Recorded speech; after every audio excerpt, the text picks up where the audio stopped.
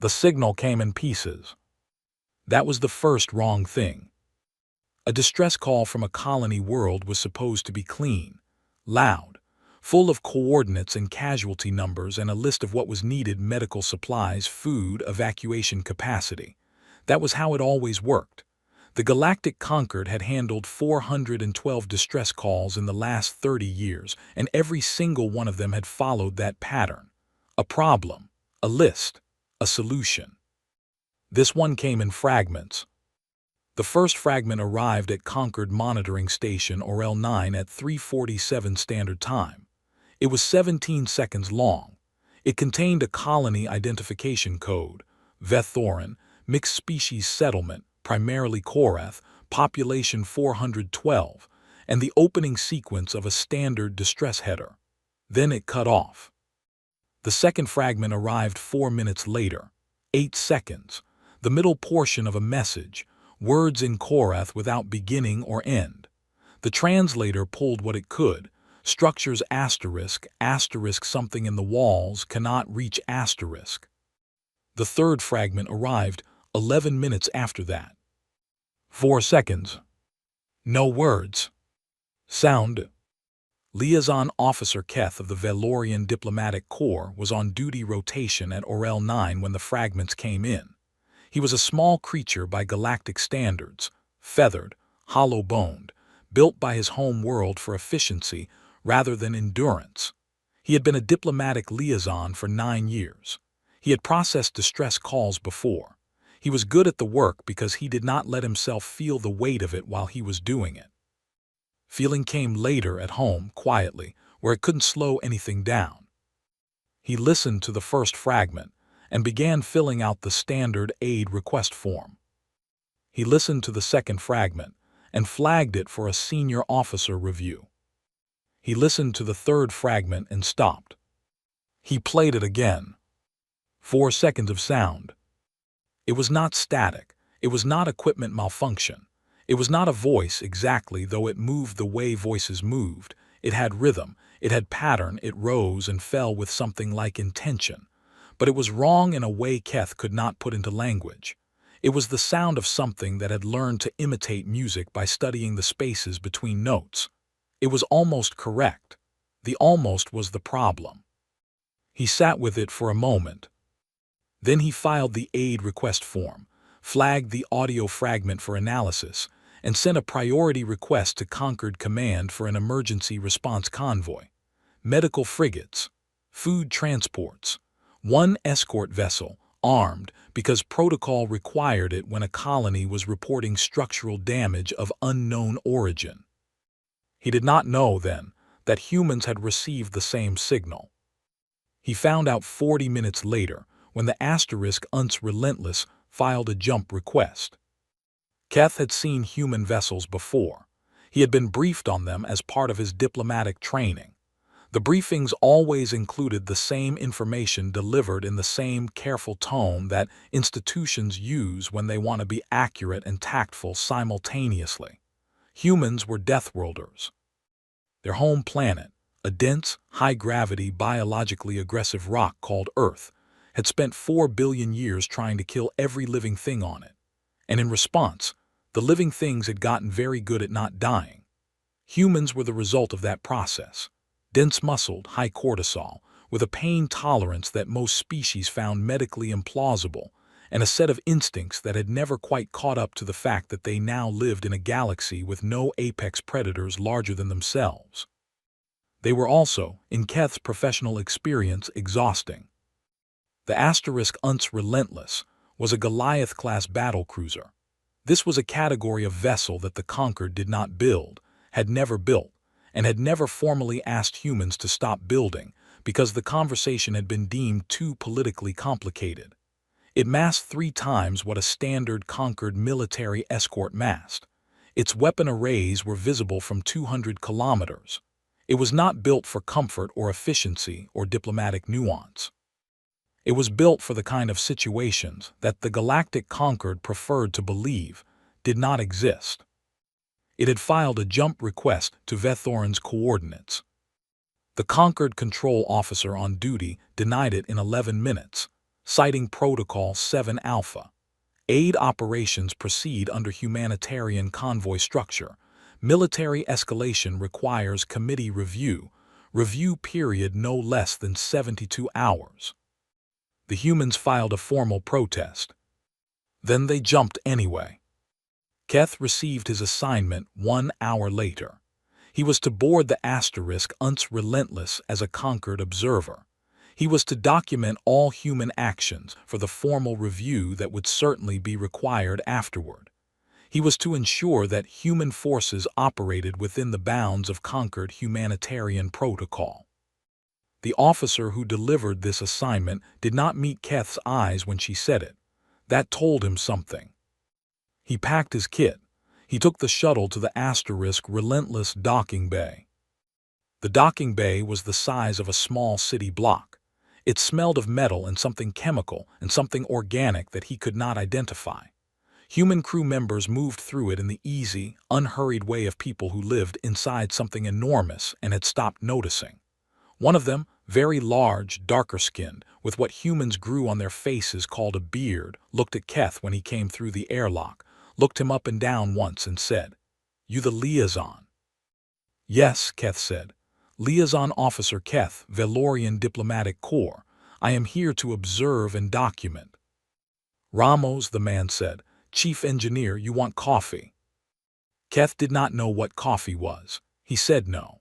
Ramos shrugged like this was a small tragedy and led him through corridors that were, if anything, even more overwhelming than the docking bay.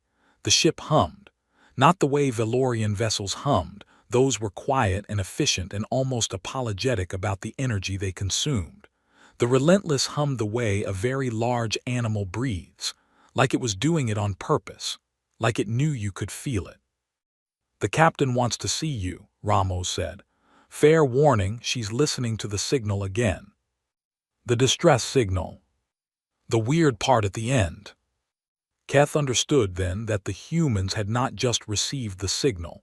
They had found the same thing he had found in it, the part that was wrong. "How many times has she listened to it?" he asked. Ramos thought about it. "Since we filed the jump request, 20, maybe 30 times. They walked in silence after that. The bridge of the Asterisk Relentless was not what Keth had expected. He had imagined something aggressive, loud, heavily lit, full of the kind of deliberate military display that species use to signal dominance. Instead, it was focused, quiet in the way that a room full of very alert people is quiet. Every station was occupied. Every screen showed data. The crew moved when they needed to and were still when they didn't. Captain Sierra Voss stood at the central display. She was not tall for a human. She was not built the way Ramos was built, no obvious mass, no size that announced itself. She was the kind of person you could miss in a crowd until she turned around, at which point you understood that missing her had been an error. She wore her dark hair short. She had the kind of stillness that was not relaxation. She was looking at a waveform on the display, the waveform of the 4-second audio fragment. She did not look up when Keth entered. "Liaison Officer Keth," she said. Her voice was even. "I've been informed of your assignment. You're welcome on my bridge as long as you don't touch anything and don't speak when I'm speaking." "Understood, Captain. I would like to note for the record that the Asterisk Relentless jumped without conquered authorization, in violation of." "Noted," she said. She still hadn't looked at him. Keth decided to note it again in his report and leave it there for now. He watched her study the waveform. She played the fragment, 4 seconds, the wrong music. She did not react to it the way Keth had reacted, with a kind of instinctive pulling back, a feather ruffling that he'd had to suppress. She listened to it the way a professional listener listens to something they are trying to understand, clinically, repeatedly, looking for structure. She played it again. A junior officer at a nearby station said, quietly, "Still no matches in the xenobiology database, Captain." "I know," Voss said. "I'm not looking for what it is. I'm looking at how it moves." Keth did not know what that meant. He wrote it down. She played it one more time. Then she turned not to Keth, past him, and raised her voice just enough to reach the back of the bridge. Ramos. Captain. You listened to it on the way up. Yep. Thoughts. There was a pause. Keth turned. Ramos was leaning in the doorway with a large cup of the substance he'd offered earlier, and his expression was the one humans made when they were deciding how to say a simple thing in a way that didn't sound insane. It's looking for something, Ramos said. The signal, the sound. It's like a probe, like something sent it out to feel around and see what it found. The bridge was quiet. And it found a colony of 400 people, Voss said. Yeah, Ramos drank from his cup. Yeah, that's about where I landed too. Voss turned back to her display. She pulled up the colony's last known structural maps, the population records, the resource inventory. She began overlaying sensor parameters, what the asterisk Relentless would be looking for when they arrived. Keth watched her build the picture with the focused efficiency of someone who was not preparing to help so much as preparing to fight, and the distinction between those two things sat in his chest like something cold. Captain, he said, and tried to keep his voice diplomatic. The Concord aid convoy will arrive at Vethorin approximately 12 hours after we do. At that point, standard humanitarian protocol. 12 hours is a long time, Voss said. She did not say it as a challenge. She said it the way you state a fact you wish were not true. She played the fragment one more time. 4 seconds, the wrong music, the sound of something reaching. Keth wrote in his report, human forces appear to have drawn a tactical conclusion from the audio fragment that Concord analysts have not yet formalized. Nature of conclusion unclear. The captain has listened to the fragment approximately 35 times, and her expression has not changed once. He paused. Then he added, I find this more alarming than I expected to. The Relentless jumped to Vethorin 3 hours later. Keth stood on the bridge and watched the stars restructure themselves around a planet that looked, from this distance, completely calm. The colony's lights were visible on the night side, small and steady, burning the way lights burn when the power grid is running and nobody has turned anything off. Nobody had turned anything off. Keth thought about what that meant for a moment. Then he thought about it again. Voss ordered a full sensor sweep. She did not order a hail. She did not begin standard contact protocol. She stood at her display and she waited for the data, and when the first readings came back, she looked at them for a long moment before saying anything. Biomass distribution is wrong, the sensor officer reported. Reading organic mass across the settlement structures. Dispersal pattern doesn't match population distribution. It's a pause. It's like the biomass is in the walls. Nobody spoke. Then the communications board lit up.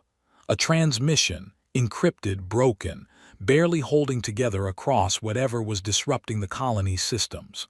Voice, Korath vocal patterns, which the translator rendered in flat, careful words. Don't come down. 3 words. Voss looked at the transmission log. She looked at the biomass readings. She looked at the 4-second waveform still sitting in the corner of her display. Combat stations, she said, we're going down. Keth opened his mouth. Closed it. Wrote in his report, the captain has made a decision. I do not yet have the information to evaluate. I am beginning to believe this may describe most of what she does. The settlement looked like a photograph of itself. That was the only way Keth could describe it afterward, when he was trying to explain to the review board what had felt wrong before anything had confirmed that something was wrong. It looked like Vethorin colony was supposed to look, the low, rounded architecture that Korath builders preferred, the communal growing structures on the eastern perimeter, the lights still burning in the central dome.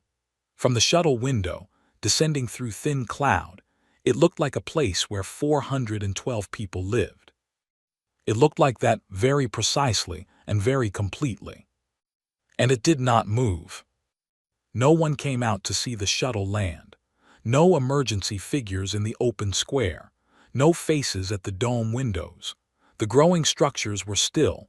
No automated irrigation cycling, which should have been running at this hour.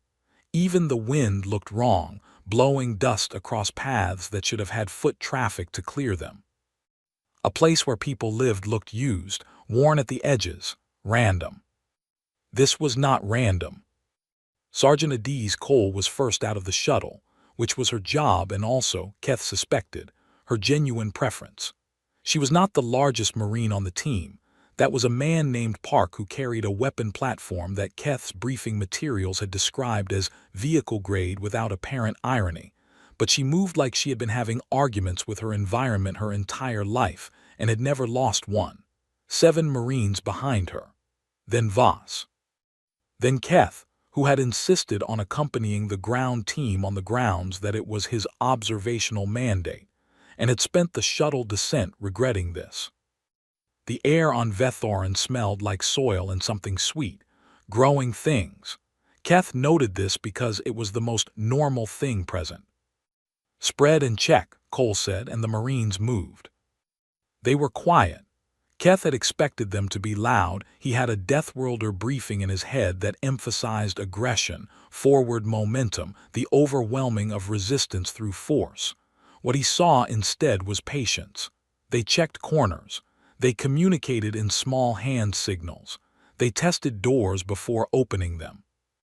They were, he realized slowly, behaving less like soldiers and more like something cautious and very experienced that had learned the difference between strength and recklessness through whatever cost that lesson usually demanded. Voss walked the central path with her hands loose at her sides and her eyes moving across everything with the same focused calm she'd had on the bridge. She had a sidearm. She hadn't drawn it. "Nothing," Cole reported from the East Block. "No bodies, no damage. Furniture's in place, food was being prepared, stoves are still on, actually." "Turn them off," Voss said. "Captain," that was Ewan from the northern residential block. His voice was level, which Keth was learning to interpret as the human tone that meant the opposite of fine. "I've got something." They crossed to him in 30 seconds. The wall was white, or it had been. Now it was white with the faint outline of something pressed into its surface. An impression, like a shape had been pushed into clay and then the clay had hardened. The shape was roughly the size and outline of a Korath adult. 4 limbs. A recognizable silhouette. Standing against the wall as if it had been placed there, or as if it had pressed itself against the wall in the last moment of something, and the wall had accepted it. There were 6 more in the same room. Keth looked at them. His translator was not necessary to understand what he was seeing, but some part of his brain was insisting on the processing anyway, trying to file this into a category.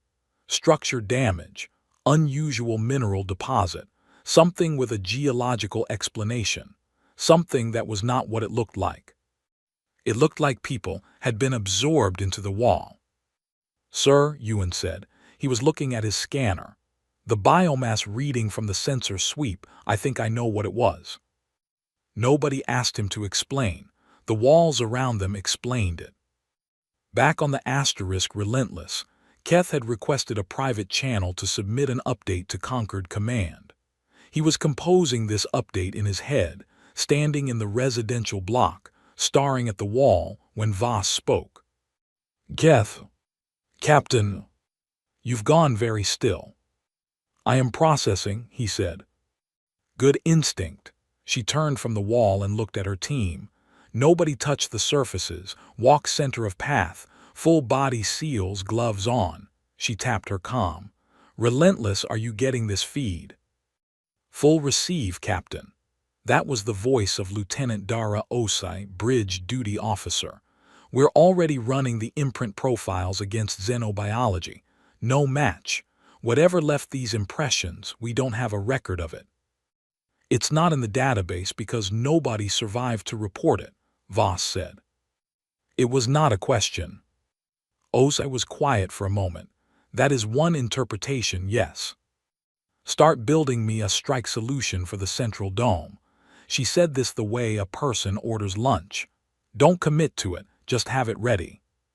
Keth turned toward her before he could stop himself. A strike solution. Captain, there are survivors in this colony, the transmission. I know exactly how many there are, Voss said. I'm working on keeping it that number. She walked away. Keth stood in the middle of the path, center of the room as instructed, and looked at the shapes in the walls, and tried to stop doing the calculation he was doing about how many shapes he had counted so far across 3 buildings, and how that number related to the colony's population. He stopped trying. He started counting instead. They found Governor Yissel in the agricultural storage facility on the colony's south perimeter, the building furthest from the central dome, buried under 6 layers of sealed containers, the air inside thick with the chemical smell that Keth had been unable to identify from outside. She was Korath, which meant she was roughly humanoid in the Concord's loose usage of that term. 4 limbs, bilateral symmetry, a chitinous outer layer that went from dark brown at her crown to pale gold at her joints. She was also, clearly, the kind of person who made decisions when there was no better option. She had sealed herself in with 12 survivors. The chemical smell was coming from what she'd built, a mixture of agricultural compounds, some kind of fertilizer base, mineral extract, sprayed across every surface and soaked into the cloth they'd wrapped themselves in. She had a makeshift applicator in her hands when the Marines opened the hatch, and she had it pointed at Cole before Cole had finished saying the word friendly. Human, Yissel said. She looked past Cole, she looked at all of them. You brought weapons. Yes, Cole said. Real ones. Yes, ma'am. Something happened in Yissel's face. Keth's translator was not built for Korath microexpressions. The system had been designed for language, not for the exact quality of relief that crosses a face when the thing you asked for has actually arrived. He didn't need the translator. I didn't think anyone would come with weapons, she said. What is that chemical? Voss asked. She had come through behind the Marines and was looking at the sprayer in Yissel's hands with focused attention. Agricultural base. Nitrogen compound, mineral traces, organic binder. Yissel lowered the sprayer. She was very tired, Keth realized. Not the tiredness of a long day, the kind that takes up residence. It doesn't like organic compounds it can't read. If your surface chemistry is complex enough, different enough from what it's been eating, it moves on. Voss said. We called it the Pale Choir, in the last communications before the relay went down. Yissel looked at the floor. It came from the East Settlement, that's where it started. We didn't understand what it was until it had already, she stopped. There were 412 of us. There are 340 now, Voss said, including your group. Yissel looked up. I counted the imprints, Voss said, simply, without apology or softness because neither would have helped anything. 72 impressions across 14 structures. That leaves 340 alive. You have 12 here, which means there are 328 more in the colony who are still surviving by some method. Where? Keth watched Yissel take, in the fact that this human had done that accounting before entering the building. The dome, Yissel said. Central dome, they barricaded. I don't know if they're still. They are, Voss said. Thermal readings show living bodies. We're getting them out. She turned to Cole. Route through the west alleys. Keep the agricultural perimeter between us and the dome until I say otherwise. Captain, Keth said, and then had a brief internal argument with himself about whether to continue. He continued. The Pale Choir is still active in the central dome. Yes, Yissel said. And you want to walk toward it. It was Yissel who answered, not Voss. The Korath governor looked at Keth with the expression of someone who has decided that the people in front of them are the reason they are still alive, and that this means something. The Concord sent an aid convoy to a Valorian outpost 8 months ago, Yissel said.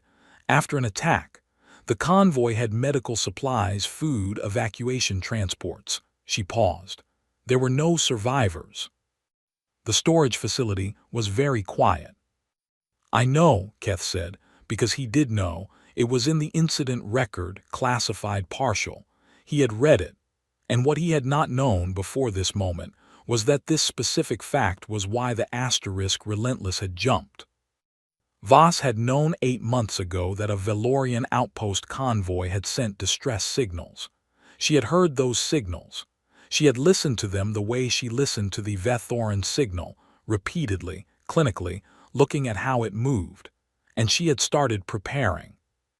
He looked at the captain's back as she talked through the extraction route with Cole. He thought she already knew what she was coming to. He thought she has been building the plan since before the signal. He opened his report document and stared at what he'd written. Human forces appear to have drawn a tactical conclusion. He deleted appear to have drawn. He wrote, human forces had already drawn a tactical conclusion from a prior event 6 months before this colony was attacked. The battlecruiser was not a response to this crisis. It was a response to the pattern the crisis belongs to. I did not understand this distinction before arriving on the surface. He paused. I am not certain the Conquered understands this distinction either. They found the dome survivors barricaded behind 6 layers of Korath-style pressure doors, which were not designed for this and had held anyway, which said something about what fear could motivate even in species not known for physical resilience. 328 people, hungry, exhausted, several injured, all alive. The Marine named Park stood in the dome entrance while the evacuation proceeded, watching the walls, and his expression was the blank professional one that Keth was learning to read as asterisk extremely alert and choosing not to show it. The walls were white. The walls were intact. The walls did not move. Cole's voice in Keth's earpiece. Captain, movement in the upper infrastructure, above the dome ceiling. Voss, what kind? Cole, slow, dispersed like it's spreading. A pause that lasted exactly as long as it needed to. Voss, it knows we're here. Cole, yes ma'am. Voss, faster on the extraction. The Marines started moving survivors in groups of 20. Keth helped. He was not a soldier, but he had hands, and the presence of a calm adult was useful to frighten people regardless of species, and he found that this was something he could do. He guided. He translated when the Korath survivors didn't understand English instructions. He kept his voice steady. He was passing through the dome's main corridor with a group of survivors when the lights above them shifted. Not flickered. Shifted. The way light shifts when something passes between the source and the surface. The corridor should have been clear above them. It was not clear above them. Something pale moved through the space between the light panels and the ceiling with a slow, searching motion that did not have a good anatomical reference in any file Keth had ever read. It was distributed. It was everywhere at once in the way that fog is everywhere at once. It was pale and it sang, 4 seconds, 8 seconds, the wrong music that didn't stop this time. Keth heard a survivor behind him make a sound and say something in Korath that the translator gave him as, "It's found us." He did not run. He was surprised by this. His body wanted to run, and some other part of him, the professional part, the part that had processed 412 distress calls and understood that panic was its own casualty, overruled it. "Move," he said clearly. "Walk fast that way." He kept his body between the survivors and the ceiling. The Marines appeared at both ends of the corridor. "Eyes up," Cole said, and her voice was calm in the way of still water over fast current. "Don't look at it, move." They moved. Behind Keth, the corridor wall began to show the faint impression of something pressing through it from the other side.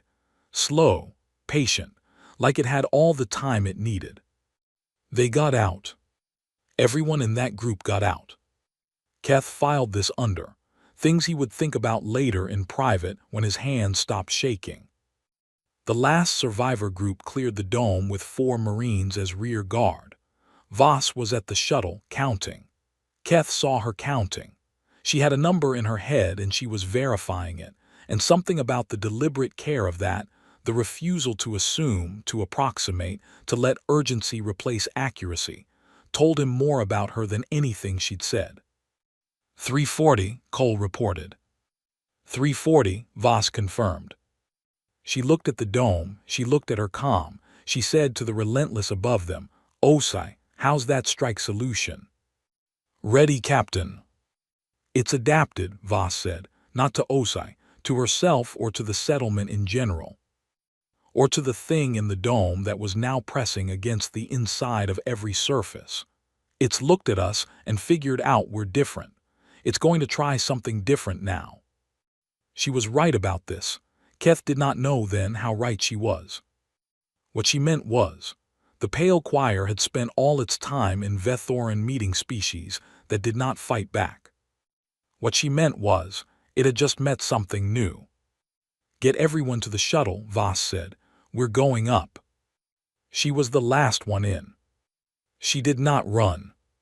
Above the dome, something pale and dispersed began to move, not toward the settlement, but up, following the heat signatures of the shuttles, doing something it had never needed to do before.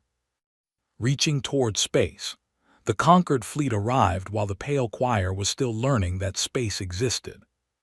12 ships, Admiral Thal commanding from the Asterisk Meridian Reach, a Merindian vessel, wide and flat, built for the kind of species that had evolved in deep water and still moved like they expected to be surrounded by it. Medical frigates, supply transports, one escort vessel with the armament rating of something that had never expected to fire its weapons. The convoy that had been assembled according to protocol, dispatched according to protocol, and had traveled the correct number of hours at the correct speed because protocol had a process, and the process had a timeline. Thal opened a channel to the Asterisk, relentless, before his fleet had fully completed the jump sequence. "Captain Voss." His translator rendered Merindian in the Conquered standard formal register, flat, official, designed for paperwork rather than conversation. "You are hereby notified that your vessel's unauthorized jump and subsequent unauthorized ground operation are being logged for formal review. You will stand down all active operations and defer to Conquered Humanitarian Command immediately." There was a pause on the channel. "Noted," Voss said. Another pause. "Captain, I expect an acknowledgement of." "I acknowledged it," Voss said. "Noted, I noted it."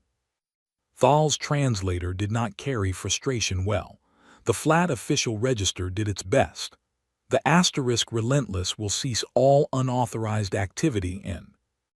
"Admiral," Voss said, "I have 340 survivors aboard and something that eats people currently learning to operate in vacuum. You can review my logs at your convenience. Right now I need to clear the area around this planet, so if you'd move your fleet back about 40,000 kilometers, I'd appreciate it." The channel went silent. Keth, standing at the back of the bridge, watched Thal's fleet on the display, 12 ships, none of them moving. He looked at Voss. She had already looked away from the communications screen and was back at her sensor display, watching the thing rising from Vethoran's upper atmosphere like smoke that had decided to have opinions. He thought, she is not going to argue with Thal. She is not going to explain herself to Thal. She has something that needs doing and she is going to do it, and the argument will happen afterward with whoever is still alive to have it. He thought, I have spent 9 years in diplomacy learning how to make people understand each other, and I have never been in a room with someone so completely uninterested in being understood. He was not sure yet whether this was a failure. The ground team had been back on the Asterisk, relentless, for 20 minutes when the Pale Choir reached the hull. It did not arrive the way a weapon arrives, fast, loud, decisive. It arrived the way water arrives in a low room, slowly, finding the edges, occupying available space before the room realizes it should have been concerned. The outer sensor array registered the contact. The contact was soft, almost gentle, like something touching a surface to learn what the surface was. Hull contact, OSI reported. Organic material, distributed. It's spread across sections 4 through 7 outer plating. How much of it? Voss asked. Growing. It's not dense. More like a film. A very thin film, that's Captain. It's changing the readings. The outer temperature sensors are giving us false data anywhere it's covering. Voss looked at this information for a moment. It's blinding us, she said, selectively. It's smart, said Marine Ewan, who had come up to the bridge still in his ground kit. He said it with a flat kind of respect that had nothing fond in it. It's probing, Voss said. Same thing it did with the signal. Same thing it did in the colony. It touches things to find out what they are. She looked at the display showing the covered sensor sections. It's going to figure out what we are in about 10 minutes. And then, Keth asked before he could prevent himself. Then it'll decide whether to eat us or leave us alone. She turned to Ewan. Get your team to the outer corridor sections 4 through 7, full suits. Tell them not to touch the hull from inside. And if it comes through, it won't come through. It's still reading us. It gets violent after it understands what it's dealing with. She thought for a moment. Which means we want to be moving before the 10 minutes are up. She turned back to her display. OSI, that strike solution. Ready, Captain. Show me the node concentration maps from the sensor sweep. Before we landed, the biomass distribution. She pulled it up herself, overlaid it with current readings, and began marking points on the display with the focused efficiency of someone solving a problem they had been thinking about for 6 months. The colony's structures were infested at concentration points, the dome ceiling, the wall sections facing east, the original vector. She marked 4 points. Those are the nodes, she said. That's where it's dense enough to damage. The dispersed material, the film on the hull, the traces in the corridors, that's peripheral. It can regenerate from the nodes. You kill the nodes, the peripheral material goes inert. 4 targets, OSI said. 4 targets, precision strike, sequential. I want the intervals tight enough that it can't retreat from one node to reinforce another. She looked at the timeline. We have 8 minutes before it finishes reading us. Strike in 6. Captain, that was Thal's voice back on the channel. He had apparently been listening. His flat, formal register was doing something complicated. I must protest in the strongest. Admiral, Voss said, without looking up from the display. There are 328 survivors still in the colony dome. Silence. You said 340 survivors, Thal said. 340 aboard my ship. 328 were extracted from the dome. The remaining 12 came from agricultural storage, separate location. She was not explaining this for Thal's benefit. She was explaining it because accuracy mattered. The dome survivors were in contact with the Pale Choir. I need to run a biological sweep before I can confirm they're clean. And if they are not clean? Thal asked. Voss was quiet for one beat. Then we'll cross that bridge. Keth, who had very good hearing and was standing close to Thal's channel feed, heard something in the Admiral's translator output that was usually filtered out, the Merindian vocalization underneath the standard register. It was a low sound, something between a hum and a word. His own translator gave him, tentatively, afraid. The Marine who went down was named Corporal Fen Liu. She was in the outer corridor of Section 5 when the Pale Choir shifted behavior. It stopped the gentle probing and tried something different. It pushed. Not physically. There was no impact, no breach. It pushed through whatever mechanism it used to interface with nervous systems, the same mechanism it had used in the colony, reaching through the ship's outer hull with something that was not radio, and was not chemical, and was not exactly anything that the Concord's xenobiology database had ever named. Liu hit the corridor wall, not because she fell, because she sat down against it in the middle of her stride, and her eyes went somewhere that wasn't the corridor. Liu, said the Marine behind her. She didn't answer. She was looking at something that wasn't there. Her face was doing the thing faces do when they are somewhere else completely, when the body is in one place and the person inside it is in another. She was looping. Keth learned this word afterward. The pale choir's probe had caught the edge of her consciousness and was cycling it, playing it back, looking for the information it contained. What it found was a human nervous system at full activation. Humans at maximum stress did not calm down. They did not detach. They produced a cascade of chemistry that the choir apparently had never encountered in any species. It had previously contacted cortisol and adrenaline in concentrations that Keth's physiology would have found medically dangerous. Combined with a pain processing structure that was not suppressed by the probe but was, instead, fighting it. Liu's hands had clenched into fists on the floor. Her jaw was locked. She was arguing with the thing inside her nervous system in the only language a body knows, which is resistance. She wasn't winning, but she wasn't losing either. The choir withdrew. Not far. It pulled back from Liu. She gasped hard, like surfacing, and then it paused.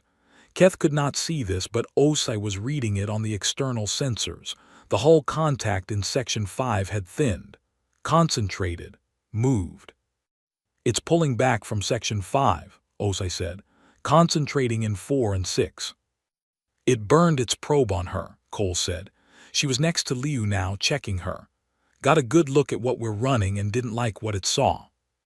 "How is she?" Voss's voice on the comm was immediate. "Shaken, confused, she'll be okay." Cole looked at the Section 4 wall, which was showing the faint pale shimmer that meant concentration. "Captain, it's not leaving, it's reorganizing." "I know," Voss said. "Get her clear of that section, all of you clear. You've got 3 minutes. Then from somewhere behind Keth, Ramos, "Captain." Ramos. "Got an idea about the hull problem. You know how the outer plating has the emergency discharge system for static buildup in nebula transit?" A very brief pause. "Yes," Voss said, in the tone of someone whose mind has moved 3 steps ahead. "I can reroute it. Run current through the whole outer plating, controlled pulse.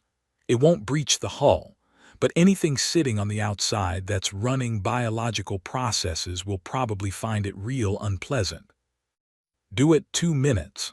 She turned to Osai. "Strike solution, target the 4 nodes. When Ramos runs the hull discharge, the choir is going to flinch. It'll concentrate inward toward the planet. That's when we fire. Sequential strikes, 6-second intervals." She paused. "And get my survivors out of the sweep radius first. I want all 340 of them in the interior sections before we do anything." Thal was back on the channel. He had been listening to all of this. His flat, formal register had developed something rough at the edges. "Captain Voss, the medical frigates can assist with the biological screening of the survivors if—" "Yes," Voss said. "Thank you, Admiral. Stand by to receive." It was the first time she had thanked him for anything. Keth noted this. 7 minutes after the choir withdrew from Corporal Liu's nervous system, and 40 seconds after it had reached what Os called maximum node concentration, all 4 points dense enough to read as solid mass on the sensors, Ramos ran the discharge. The Relentless shuddered, not dramatically, a single, full-body shiver like a large animal shaking off water. The pale film on the outer hull thinned in real time on the sensor display, pulling back, and in the 4 node points on the planet below, something happened that the sensors registered as a rapid shift in mass concentration, not fleeing. Flinching. The way a hand flinches from unexpected heat. 6 seconds. The first strike hit Node 1. Keth did not know what the Relentless's strike weapons looked like from the outside. He had the bridge display, which showed targeting reticles and trajectory data, and energy output in numbers that meant very little to him. What he understood was, the settlement on Vethorin's surface received 4 precisely timed impacts over a span of 24 seconds, and each impact corresponded exactly to one of the 4 concentration points Captain Voss had marked on the display. The pale film on the outer hull went thin. Then it went inert. Then, over the following 4 minutes, it simply stopped being present. "OS," I said, "hull readings clear." Ramos on the engineering comm said, "That's what I thought." Voss looked at the settlement display. The colony structures were standing. The lights were still on, most of them. 3 buildings had taken structural damage from the dispersal of the choir's concentrated mass when it panicked, which was not nothing, but was also not the catastrophic destruction a less precise strike would have caused. "Colony status," she said. 3 structures damaged, significant but repairable, power grid holding, agricultural systems mostly intact. Osa paused. "Captain, the biomass readings in the walls are dropping.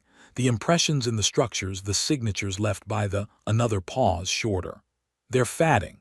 Whatever the pale choir did to incorporate the colonists into the structures, without the active choir presence to maintain it, the material is reverting." Nobody said what that meant. Voss said it. 72, she said. "The impressions are all 72. Not a question." "Yes, Captain." The bridge was quiet in the way that rooms are quiet when the information present is heavier than anyone wants to speak over. Keth stood at the back of the bridge. He thought about 72 shapes pressed into white walls. He thought about a Valorian outpost 8 months ago that had received an aid convoy and sent back no survivors. He thought about the 4-second audio fragment that Voss had listened to 35 times before they jumped. He opened his report. He wrote, "At 11:42 Standard Time, the pale choir entity was neutralized from the Vethoran colony by coordinated orbital strike. Total survivors, 340 of 412. The strike was precise. The strike was prepared for. The captain had the solution built before the ground team landed." He wrote, "I am beginning to understand that the battle cruiser was not an overreaction." He stopped. He wrote, "I am beginning to understand that the battle cruiser was barely enough." Above Vethoran, the conquered medical frigates moved in to receive survivors for screening. The Relentless held its position, running sensor sweeps in expanding circles, watching for any trace of pale choir activity in the outer atmosphere. Finding none. Not yet. On the hull of the Asterisk Relentless, where the pale film had been, there was nothing. Clean metal. Discharge burns barely visible on the outer plating where Ramos had run the current. And in the engineering bay, Ramos was explaining to a very tired Corporal Liu what he'd done, using hand gestures and the frankly unreasonable amount of enthusiasm he brought to every problem he'd ever solved. And Liu was drinking something hot and listening, and at a certain point she laughed, a small, rough sound, and said, "You turned the ship into a giant bug zapper." "Basically, yeah," Ramos said. "Amazing." "I thought so." She drank her coffee. Outside the viewport, Vethoran turned slowly in the light of its star, 400 kilometers below, damaged and surviving and still lit up on the night side. Chief Liu said, "Yeah." "What was it like, inside my head?" Ramos thought about this for a moment. His face did the thing faces do when they are being careful. "Like static," he said. "That's what the bioscan said, not real damage, like a radio getting interference." She nodded. He was not sure she believed him. He was not entirely sure he was being accurate. What the bioscan had actually said was, "Neural probe attempted. Target nervous system presented atypical resistance profile consistent with acute stress response. Probe appears to have been abandoned rather than withdrawn." Which meant the pale choir had tried to read Corporal Liu's nervous system and had found something in there that it did not want to read twice. Ramos filed this under things he would think about never, because there was no version of thinking about it that ended anywhere comfortable. "Get some sleep," he told her. She did. 2 nodes survived. Osai called it out 11 minutes after the last strike, and his voice had the quality of someone delivering information they had hoped would not be true. The sensor readings had looked clean. The biomass traces in the colony structures were fatting. The hull was clear. By every external indicator, the pale choir had been neutralized, which was why it took 11 minutes to notice that 2 of the 4 strikes had impacted concentrated mass that had not been the node itself. Had been, instead, a concentration of mass that the choir had moved into position to absorb the impact while the actual node pulled back. It had used itself as a shield. It had sacrificed part of itself to protect the rest. "Os," I said, "Captain, I'm reading 2 mobile concentrations ascending from the colony's eastern sector. They're not dispersed. They're moving as units." Voss looked at the readings. "In vacuum." "Yes, Captain. Hull temperature differential suggests they're moving through." He paused. "They're generating their own electromagnetic field to propel themselves. Captain, I don't know how that's possible." "It learned it," Voss said. She said it without drama. She said it the way you name a fact that is unpleasant but not surprising. She turned to her weapons officer, Chang, targeting on the 2 concentrations. "Trying, Captain. They're small, very small, moving erratically." Chang was a compact person with the unhurried intensity of someone who had made peace with difficult problems by meeting them directly. "I can get one at distance. The other will be on us before I can reacquire. Then we'll deal with the other one ourselves." She tapped her comm. "Ramos." "Still here, Captain." "That discharge trick you did, can you run it again?" "Yep, but I need 60 seconds to reset the capacitors." "You have 45. I need 60. "Ramos." 53. That's the actual number. I didn't want to do it in under 60 because I was worried about the capacitor integrity, but honestly, 53 is fine. 53, Voss said. "Stand by." On the display, 2 pale concentrations moved through vacuum toward the asterisk relentless. They did not move in straight lines. They moved the way things move when they are navigating by sensing what's ahead of them, with small adjustments, patient corrections, the movement of something that has no hurry because it has no concept of losing. The conquered fleet, 40,000 kilometers distant, was watching on sensors. Thal had stopped talking. The entire bridge could feel it, the silence from the conquered channel that meant a fleet of 12 ships was watching something they could not help with and knew they could not help with. The medical frigates had the armament of survey vessels. The escort ship had weapons that had never been fired in combat. The asterisk Meridian Reach itself was built for the deep-water diplomacy of an aquatic world, wide and flat, and deeply unsuited to the kind of problem currently ascending from Vethoran's eastern sector. It was not a flaw in those ships. They were not built for this.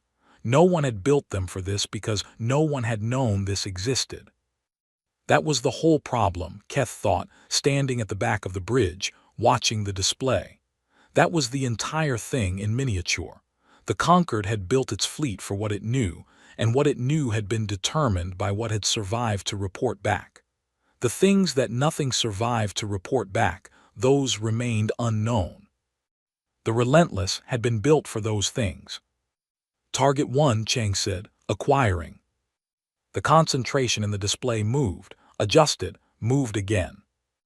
"It's trying to use the planet as cover," Chang said, "burning around the orbital angle." "Let it," Voss said. "Track it and wait, it'll have to come to us." She was eating. This was the thing Keth noticed and could not stop noticing. Voss was eating a ration bar at her station, in small methodical bites, her eyes moving between the targeting display and the sensor display with the calm of someone who had been in rooms like this before and had learned that nutrition was a tactical resource.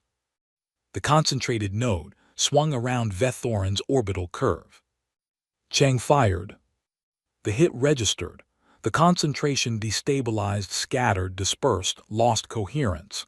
Not dead, maybe, but gone as a functioning unit. One down, Chang said. Second one, Voss asked. 15 seconds out, Ola said. Hull contact in 15 seconds. Ramos. Ready in 4, 3, 2. The Relentless shivered again. Harder this time. Ramos had said 53 seconds and he'd had 51, and the capacitors showed it.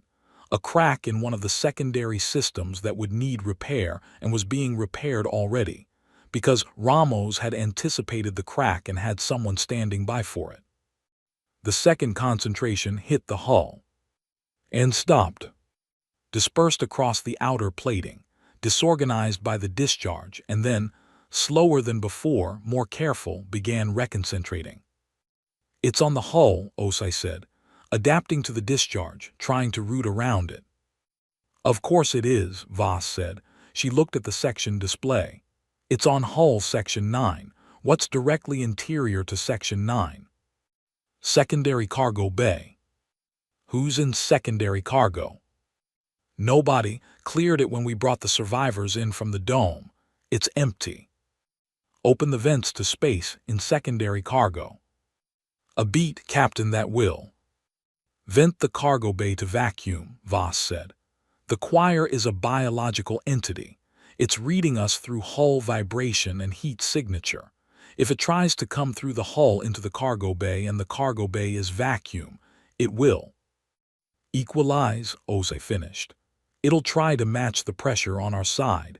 It'll thin itself out trying to push through into nothing. And when it's that thin, hit it with the hull charge again. The cargo bay vented. The hull sensors in section 9 showed the concentration thinning, spreading, trying to fill the pressure differential. Ramos ran the charge. The pale material on the outer hull of section 9 went still. Completely still. Then it began to move differently, not searching, not probing, not reorganizing. It moved the way ash moves after the fire that made it has gone out. Passive, drifting with the ship's minimal momentum. Dead. Hull section 9 clear, Ose said. All hull sections clear. A pause. Captain, I'm running full spectrum sweep. I'm not finding any active pale choir signature in local space or on the planet's surface. The bridge was quiet. Run it again, Voss said. He ran it again. Clear, he said. Voss finished her ration bar, put the wrapper in her pocket, looked at the display showing Vethorin, the two dispersed and inert concentrations in orbit, the colony below with its lights still on. Good, she said. Thal's voice came on the channel 2 minutes later. It had changed. Not dramatically, his translator still rendered everything in the flat official register, because that was what it was built for. But the quality of what the flat official register was carrying was different. It had the feeling of a very formal person trying to decide which formalities still applied. Captain Voss, he said, I would like to request a full transfer of your sensor logs from the time of your arrival. Yes, Voss said, stand by. She sent them, all of them. Every sensor reading from the moment the Relentless dropped out of FTL to the present, the biomass distribution in the colony structures, the hull contact readings, the node concentration maps, the probe attempt on Corporal Liu's nervous system, the behavior shifts after the ground team's presence was registered. The complete record of what the Pale Choir was, what it did, and how it learned. And at the front of the package, time-stamped 6 months earlier, the Valorian Outpost Incident Analysis, the 4-second audio fragment from that incident, which matched the fragment in the Vethorin signal, the Relentless's asterisk xenobiology query from 8 months ago, flagging both signals to the Concord database, which had filed the query and taken no further action. The query that Concord Command had received, had classified as low priority, had not forwarded to threat assessment. Thal read the logs. Or his team read them. Or whatever the Merindian equivalent of reading was, Keth didn't know the specifics. What he knew was that the Concord channel was quiet for 11 minutes, which was a long time for a fleet admiral in the middle of an active event to say nothing. Then Thal said, We received this query. Yes, Voss said. Our database team classified it as a low-confidence anomaly flag. Yes, Voss said. We did not forward it to threat assessment. No, Voss said. Another silence, shorter. How long have you been preparing for this specific entity? We started building the targeting model 6 months ago, Voss said. We've been running simulations on biological dispersal entities for the last 4 months. The specific application to the choir, we locked that in about 2 months back, when we got the spectral analysis on the Valorian outpost wreckage. Thal was quiet for a long moment. You had 2 months, he said finally. Yes. You had 2 months and you did not, he stopped. Why didn't you report this through formal channels? The bridge heard this. Everyone on the bridge heard this. Several people exchanged glances, not mocking. Something more complicated than that. The look of people who know why a thing is true and know the honest answer is going to land badly. Voss answered it anyway, because that was what she did. Because the formal channel response time for a threat classification review at Concord Command is between 45 and 90 standard days, and I wasn't confident we had that long. She said it without apology, without softness, with the directness of someone who has stopped performing patience for institutions that have not earned it. Thal did not respond immediately. Geth, standing at the back of the bridge, thought about the aid convoy that had arrived at the Valorian outpost, the medical frigates, the food transports, the single escort vessel. He thought about what those ships had found or hadn't found because nothing was left to find. He thought about Voss listening to the 4-second fragment 35 times and not changing her face. He understood now what she had been thinking about. Not the choir, the convoy. She had been thinking about the convoy arriving undefended and what would happen to it, and she had decided that under no circumstances was that going to be the outcome she presided over. The survivor transfer took 4 hours. The Concord medical frigates were good at this: screening, treatment, careful biological assessment. They confirmed what Voss had expected. The 340 survivors who had been extracted from Vethorin were clean. No choir residue. No neural probe markers beyond the single incident with Corporal Liu, whose readings the Concord medical team looked at for a long time and described, carefully, as highly anomalous and indicative of a nervous system profile that resisted interference in a manner we have not previously documented. Liu, being informed of this assessment, said, "Cool." The Korath survivors were a different matter, not biologically, but emotionally, which was sometimes worse. 340 people who had spent an unknown number of hours barricaded in a dome, listening to something move through the walls, having no reason to believe that anyone was coming. 12 who had spent that same time in an agricultural storage facility, with a governor who had synthesized a chemical deterrent out of fertilizer and will. They were taken care of.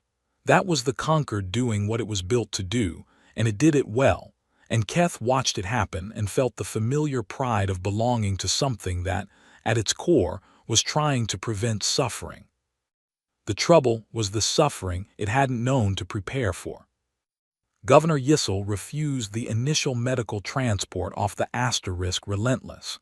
She sat in the ship's main corridor with 12 survivors who had shared the agricultural storage with her, and she waited. She did not explain what she was waiting for. She didn't need to.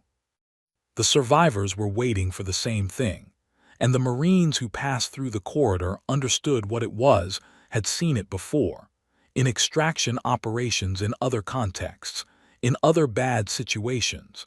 And they stepped around the waiting group with the quiet respect of people who recognized stubborn survival when it was sitting in front of them.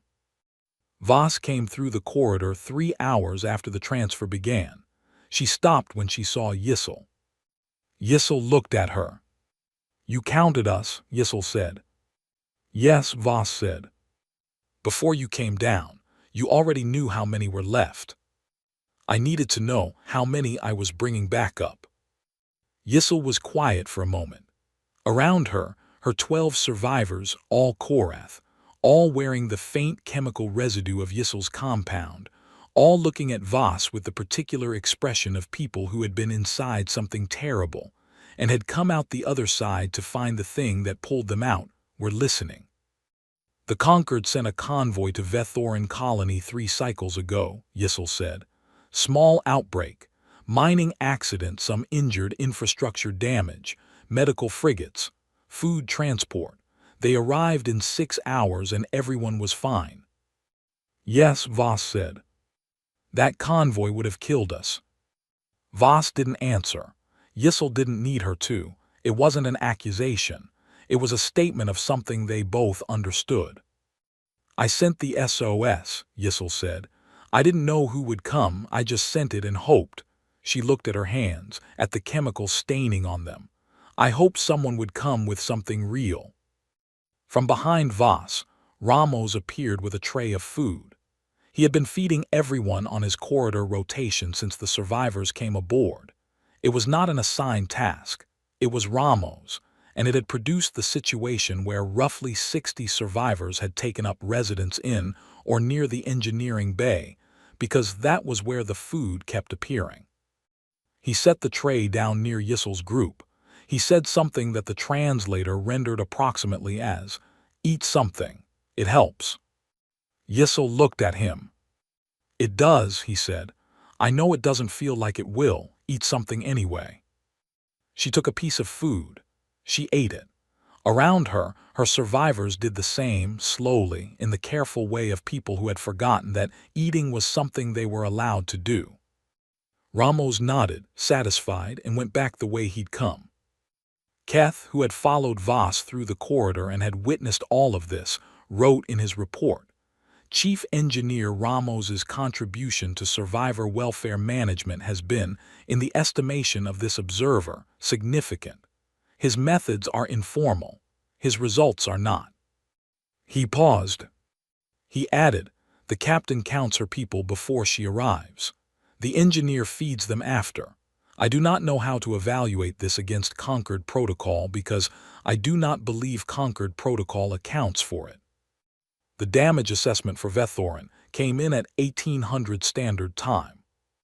3 structures destroyed in the strike, 22 damaged, agricultural system at 70% capacity, power grid stable.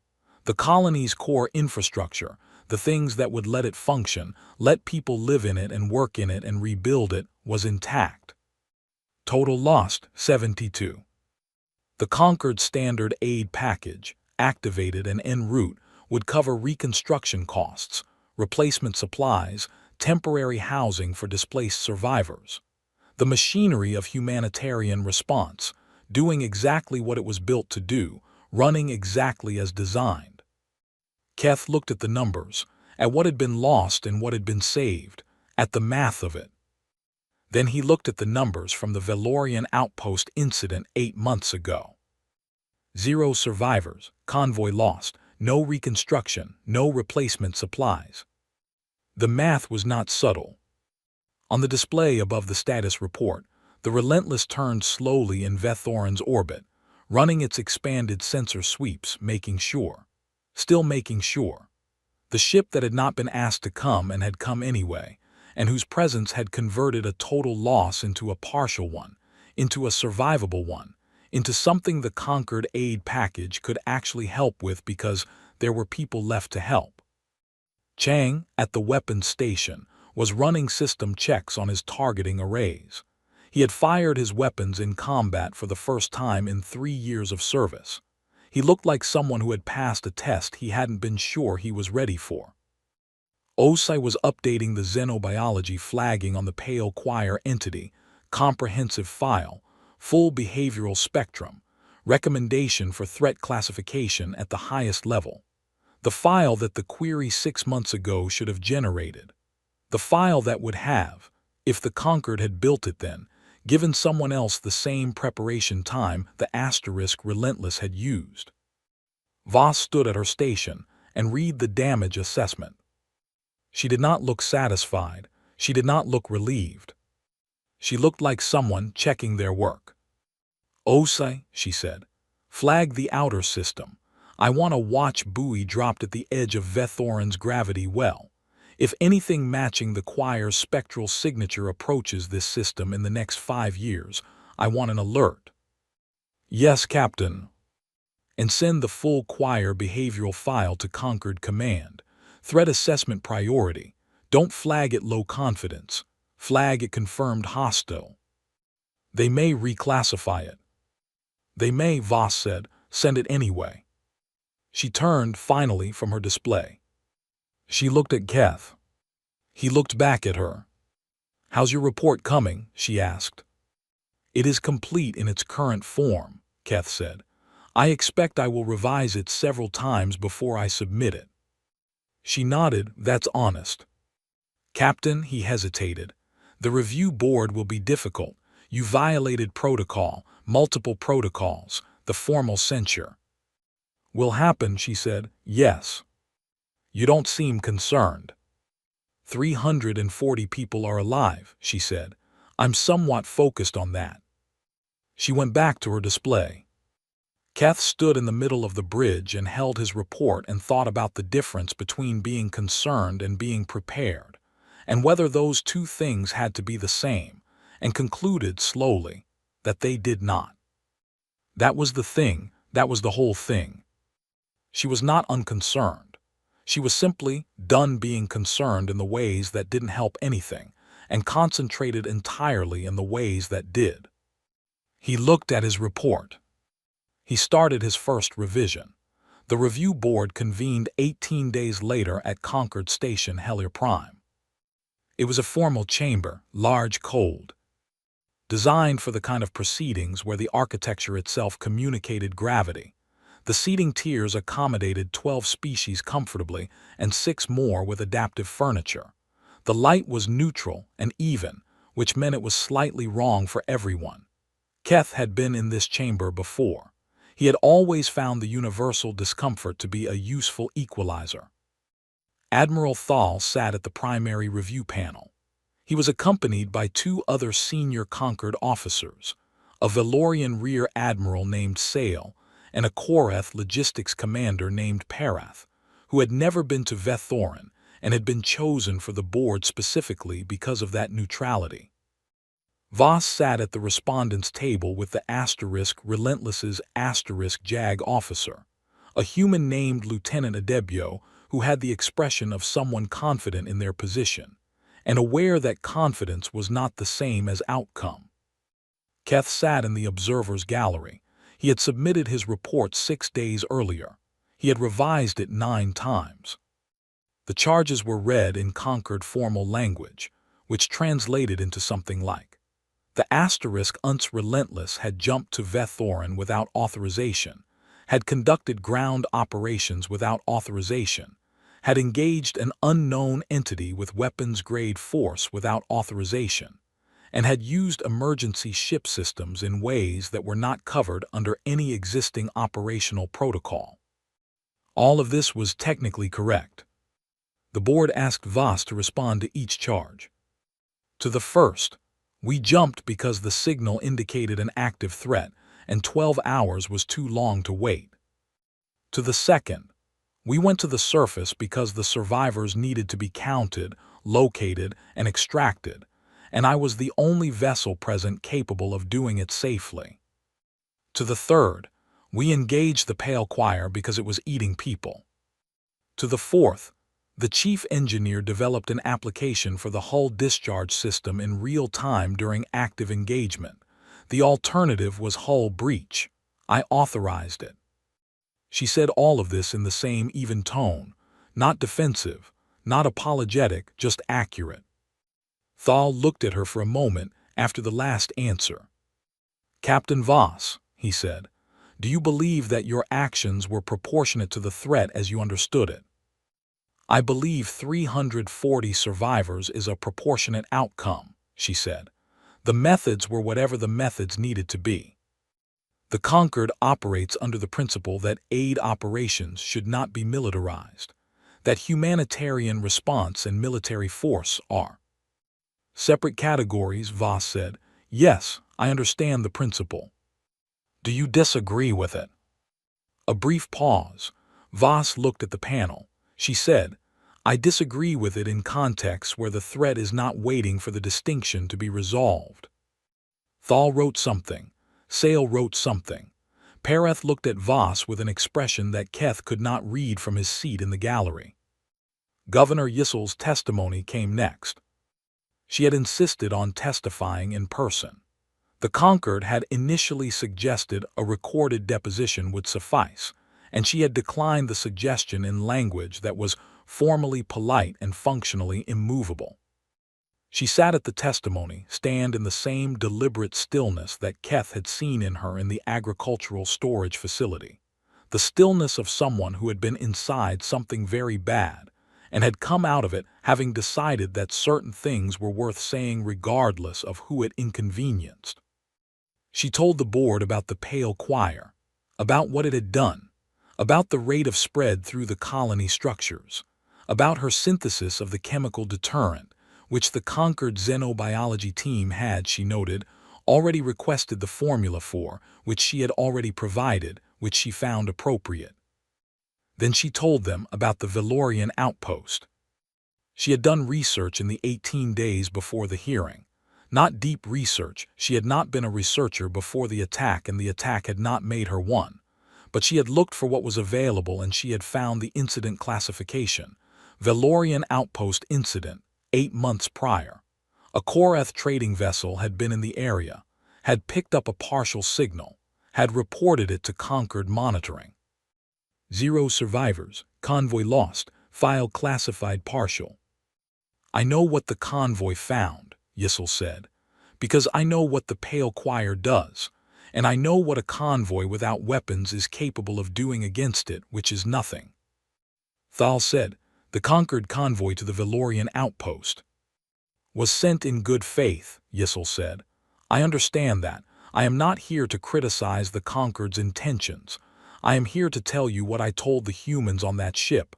I didn't think anyone would come with weapons. She paused. That is not a compliment to the humans. That is an indictment of the situation that made it true. The chamber was very quiet. 340 of my people are alive, Yissel said. 72 are impressions in walls that we will spend years trying to understand how to grieve. If the asterisk relentless had not jumped when it did, if it had waited for authorization, if it had waited for committee review, I know what the number would be. She looked at Thal. You know what the number would be too. She was not wrong. Nobody in the chamber disagreed with her. The disagreement, if there was one, was about something more complicated, about what it meant that she was right, and what the Concord was supposed to do with being right in a way that felt like failure. Voss's second turn at the stand was shorter. One question, Thal said, and I want a direct answer. Yes, Admiral. Did you believe the battle cruiser was necessary? Voss looked at him. She said, I believed that 340 people surviving was necessary. The ship was just the method. Thal looked at this answer for a moment. Then he looked at Voss. Then he looked at his notes. Thank you, Captain, he said. You may step down. The deliberation took 6 hours. Keth spent them in the station's common area, writing and deleting things in a personal document that he was not submitting anywhere. Thoughts he was having trouble organizing.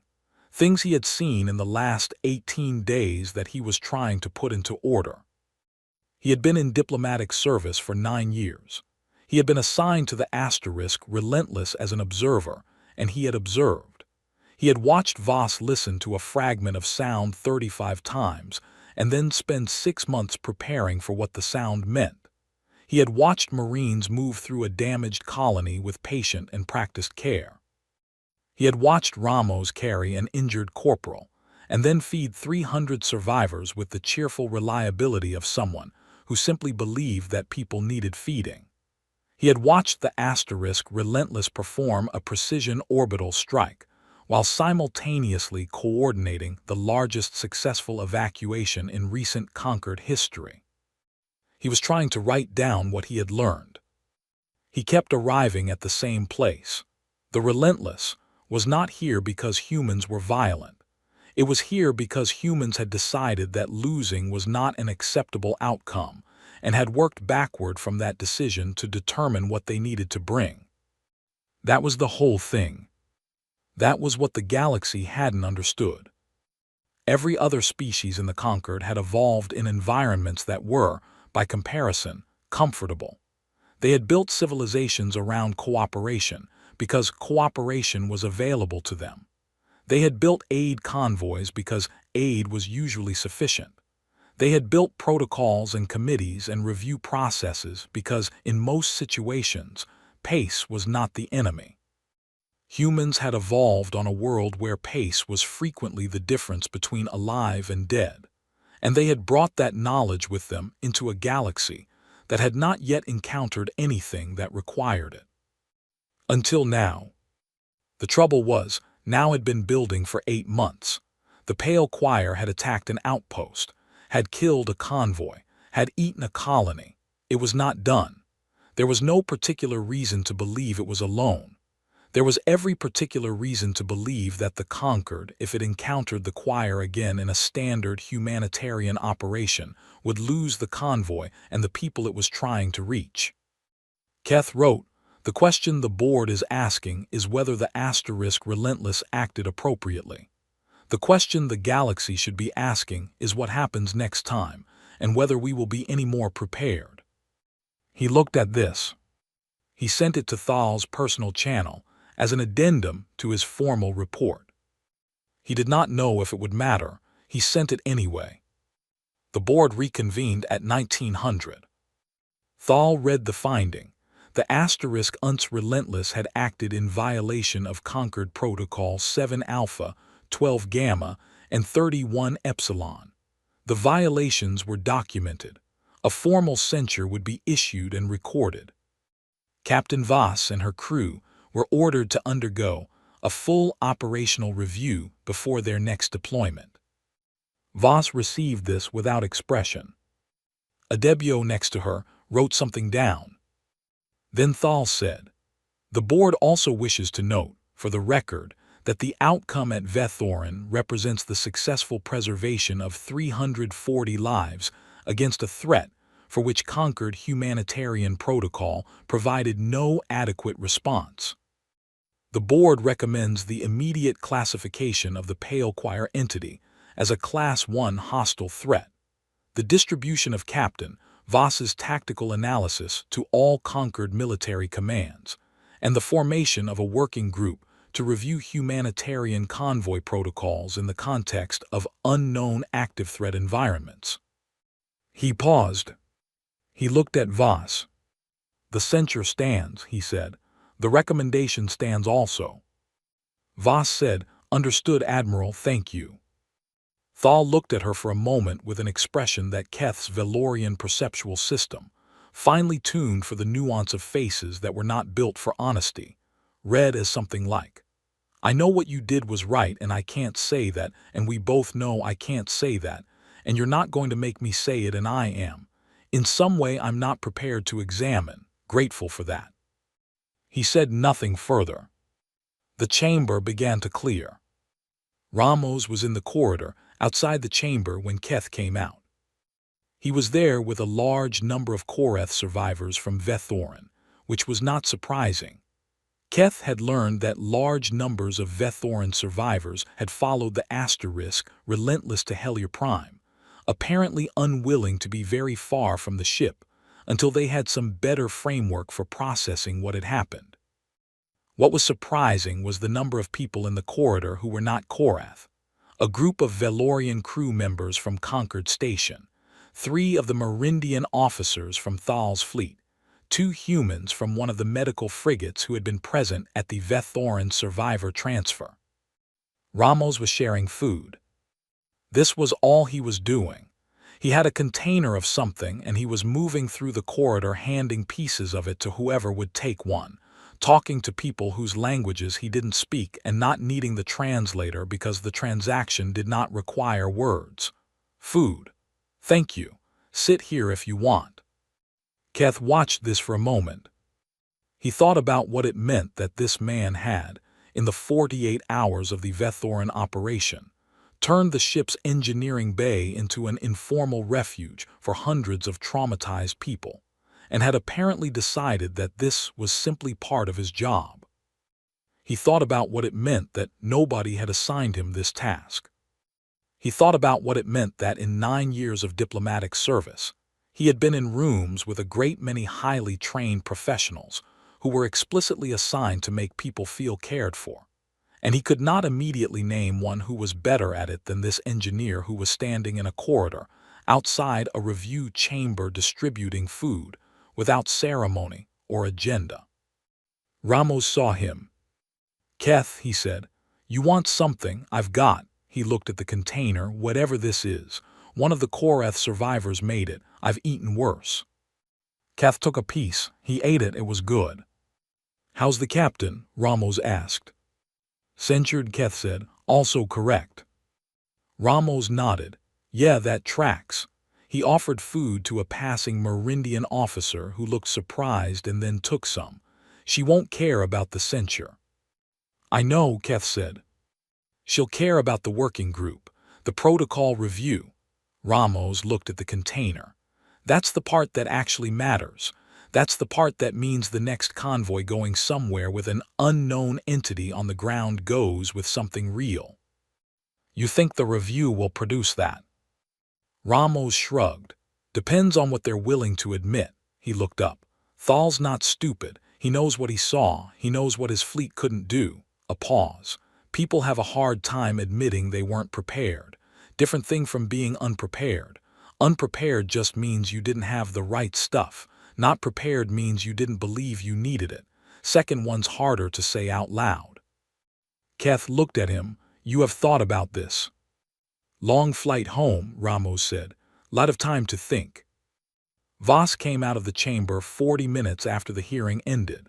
She stopped when she saw the corridor, the gathered survivors, Ramos moving through them, the unlikely collection of species sitting in clusters and eating something a Korath survivor had made. She stood in the doorway for a moment. Then she walked to Ramos and said, "Adebio says the censure goes on record for 2 years and then can be reviewed." "Yep," Ramos said. "The working group convenes next month." "That's good."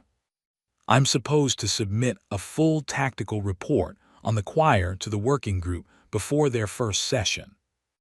"You've already written it," Ramos said. "It was not a question." "First draft," Voss said. He handed her food. She ate it standing up. "How are they?" she asked. She meant the survivors, specific without needing to gesture. "Better than yesterday," Ramos said. "Not good, better." She nodded. She ate.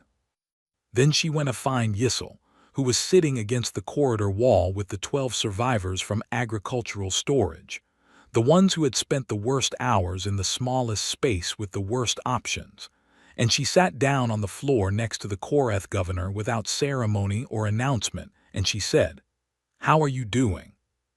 Yissel looked at her. "Not well," Yissel said. "Better than 2 days ago." "That's the direction," Voss said. They sat for a moment in silence that was not empty. It had the quality of silence between people who have been in the same bad place and don't need to describe it. "The censure," Yissel said. "I'm sorry, I know it."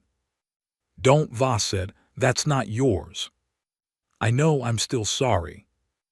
Voss was quiet for a moment. Then, "The working group is going to review convoy protocols. The choir file is going to every conquered military command." And she paused. "I understand there's a classified infrastructure proposal being drafted by Conquered Command. I don't have the details." Yissel looked at her. "What kind of proposal?" "The kind that costs a significant amount of funding and requires the authorization of the full Conquered Security Committee," Voss said. "That's all I know." She said it in the flat tone of someone who had heard exactly that and nothing more. She did not speculate. She ate her food. Keth filed his final report that evening. It was the 9th revision, and it was substantially different from the first.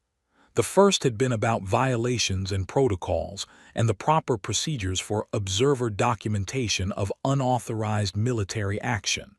The ninth was about something else. He submitted it. He sat for a while. Then he opened a different document and wrote a personal addendum, not for the record, for himself. I was assigned to the asterisk relentless as a corrective measure, a reminder to humans that the conquered has authority and that authority has process and process is not optional. I was there to observe and document violations. I documented them. They are in the record. I also documented 340 people who are alive. Those are also in the record. The question I cannot stop asking is not whether the captain followed protocol. The question is whether protocol in this situation would have followed the survivors. I do not think it would have. This is not a comfortable conclusion for someone who has spent 9 years believing in protocol. I believe in it still.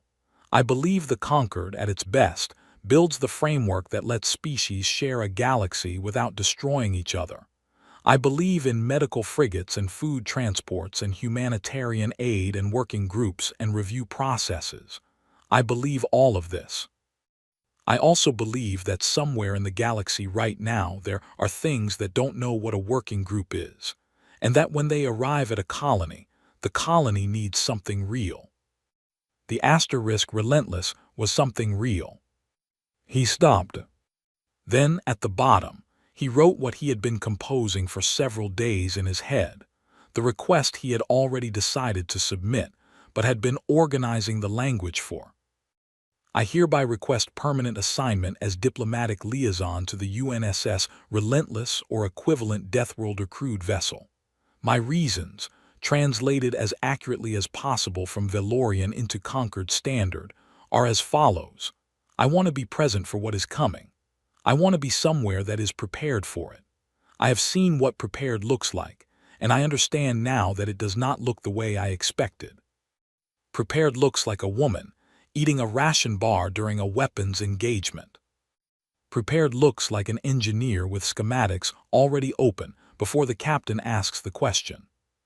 Prepared looks like a ship that nobody asked to come, that came anyway, that counted its people before it arrived.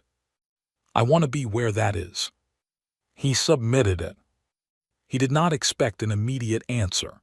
He got one anyway 3 hours later from a human administrative officer who apparently kept unusual hours, a single line, request under review. Voss has been informed. She said, and I am quoting directly, fine. 2 weeks after the review board, Conquered Command passed a classified infrastructure resolution. Keth did not have access to it. He heard about it the way people hear about things they don't have access to in pieces from people who had pieces. A resolution, significant funding, Conquered Security Committee authorization, 3 vessels. Goliath class. 3 more. The Conquered never announced it publicly. The official position remained that the Conquered operated under humanitarian principles and did not militarize aid operations, and the censure of the asterisk relentless stood on record and would be reviewed in 2 years. The Conquered also built 3 battle cruisers. They still wouldn't say humans had been right. They just started building what humans build. The Relentless left Hellier Prime on a Tuesday, which was a human calendar designation that meant nothing to most of the galaxy and everything to the humans aboard, who had their own systems for marking time, and held to them the way species hold to the things they carried from home. Keth was on the bridge when they left. He had a small bag he packed efficiently, as Valorian physiology required, and a new assignment, and a report that was already generating significant discussion in Conquered diplomatic circles. Voss was at her station. She was reading the tactical file on the Pale Choir's dispersal mechanics, not for the first time. For what Keth estimated was approximately the 47th time, though he had lost count. She looked up when he came in. "Welcome back," she said. "Thank you, Captain." She went back to her file. He went to the observer station and sat down and opened his working documents and prepared to observe. Ramos appeared in the doorway with 2 cups. "Coffee," he said. Keth had decided 18 days ago that he did not like coffee. He took the cup anyway. It was terrible. He drank it. Outside the viewport, the stars were very bright and very many, and somewhere in the vast space between them, things were moving that the galaxy had not catalogued yet, that no aid convoy was built to stop, that no protocol covered and no committee had authorized a response to. And the Relentless pointed itself at them anyway. Because that was what it was built for. Because someone, a long time ago, on a high-gravity rock that spent 4 billion years trying to be lethal, had learned that the only reasonable response to an unreasonable universe was to be more prepared than it expected. The ship went to FTL. The stars restructured themselves around it. The galaxy went on.